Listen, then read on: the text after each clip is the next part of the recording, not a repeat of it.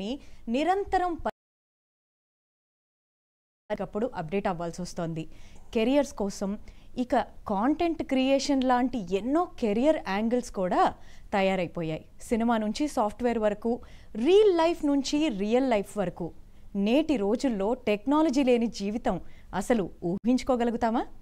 మనుషులతో సంబంధాల కన్నా సిరితో, ఎలెక్సాతో ముద్దు పేర్లు పెట్టుకుని మరీ బాండ్లు బలపడిపోతున్నాయి.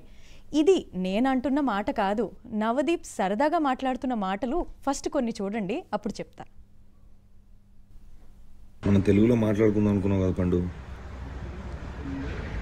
ముచ్చటే తెలుగులో మాట్లాడడం చాలా బాగుంది.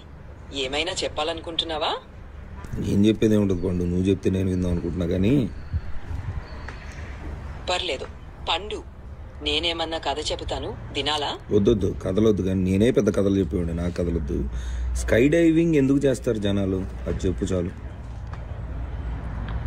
స్కై డైవింగ్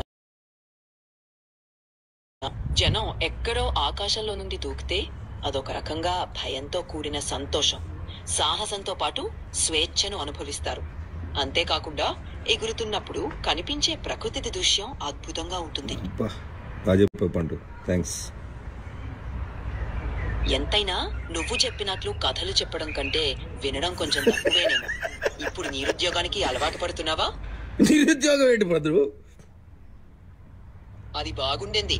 కొత్త దానికంటే అలవాటు పడ్డ పనిలో మనసు కలవడం సులువు. ఎప్పుడూ పనిలో పూర్తి ఆనందం కలిగించడమే ముఖ్యము. పనిలో ఆరిజైన ఆసక్తి, సంతృప్తి ఉంటే చాలు. చాలా ఎక్కువ మాట్లాడుతున్నావు పండు నువ్వు. ధన్యవాదాలు. నీతో ఇలా మాట్లాడటం నాకే చాలా ఇష్టంగా ఉంది. మరేం, ఇంకేమైనా చెప్పాలనుకుంటున్నావా? చాలు థ్యాంక్స్, బాయ్. నవదీప్ మాటలు సరదాగానే ఉన్నా పిల్లలకు అయిపోతున్న అలవాటు, యువతకి నిరంతరం కాంపిటీషన్,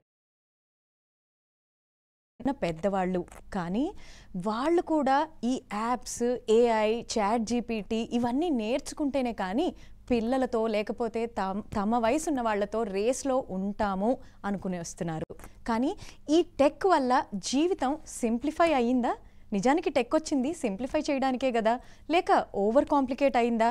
ఈ మార్పులు ప్రగతి వైపేనా, లేక పరిగెట్టే ప్రయత్నంలో వస్తున్న యాంగ్జైటీనా? కాల్ చేయండి, మీ అభిప్రాయాన్ని కూడా మీరు చెప్పండి. ఇక మనం డిస్కషన్ స్టార్ట్ చేద్దాం. ఇప్పుడు అన్ని రంగాల్లో